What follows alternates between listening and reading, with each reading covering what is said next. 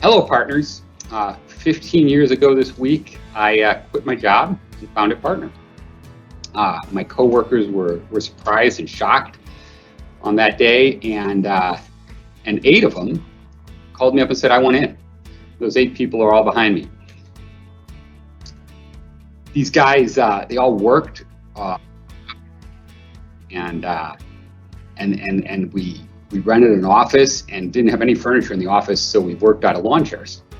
And that's why we're sending every employee in the company a Partner branded lawn chair as part of the anniversary. So happy anniversary. I want to thank everybody that's joined up recently and congratulate everybody that has been here a long time. Your hard work and your commitment to our values has really made this a nice place to live. So thank you. People always ask me, they say, oh, did you ever think you'd get to 1,500 people? And I mean, the honest answer to that's no. But what I answer is I say, well, but we always thought we could be national from the very beginning. And we really were committed to trying to be the best at this trade. And that's what we've worked hard to do. Now, of course, it's grown beyond my wildest dreams. And I think a lot of that's due to luck. But for me, luck takes the form of human beings. And people that are super talented have joined up, and we're so lucky to have them. And as they join up, they've made us better and better at what we do. And so that's great. I think when people ask me that, they almost kind of expect me to, they're almost kind of like asking, what's it like to win the lottery?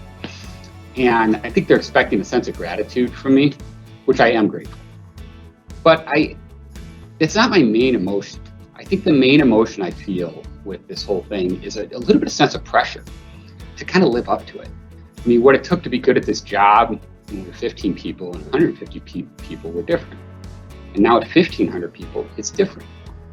And I feel like I need to live up to it. I think our management team in general feels that pressure and tries to live up to it.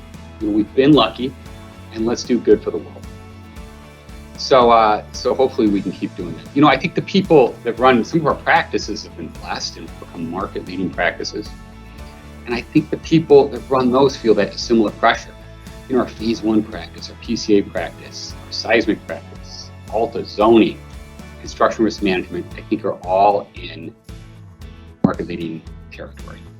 And I think these guys that are running those practices and the people that work in those practices are trying to innovate and make ourselves higher quality and more efficient and more technologically enabled. And I think that pressure to live up with it is a good pressure. I personally, it's not a pressure, don't feel sorry for me because I like the pressure. I need a little pressure in my life to enjoy work. So it's good. At 15 years, we're still growing. And we have a lot of entrepreneurial practices like ESG and solar and building envelope and most recently appraisal. And these entrepreneurial practices are growing at a breakneck pace.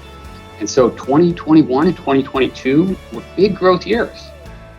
And so, it kind of reminds me of a conversation with Bob Geiger at one point, maybe like 6 years ago, was talking to some newly minted principal, and the principal lamented, boy, I wish I got in early. But the ever-witty Bob said, you did. And I think that's been that person's experience. And this entrepreneurial machine still has a lot of gas in the tank. So some of you guys might be wondering why I'm holding a statement. My aunt did a lot of genealogical research, and she found out that my great-great-great-grandfather was some sort of soldier in Napoleon's Grand Armée. So the French, when they won battles, I think celebrated with champagne. And I think the way they opened the champagne was with a saber. So I at great risk of embarrassing myself and my great-great-grandfather, Johann, I'm going to try to kick this party off with a little Napoleonic zeal. So here we go. It's the left. All right, cheers, guys.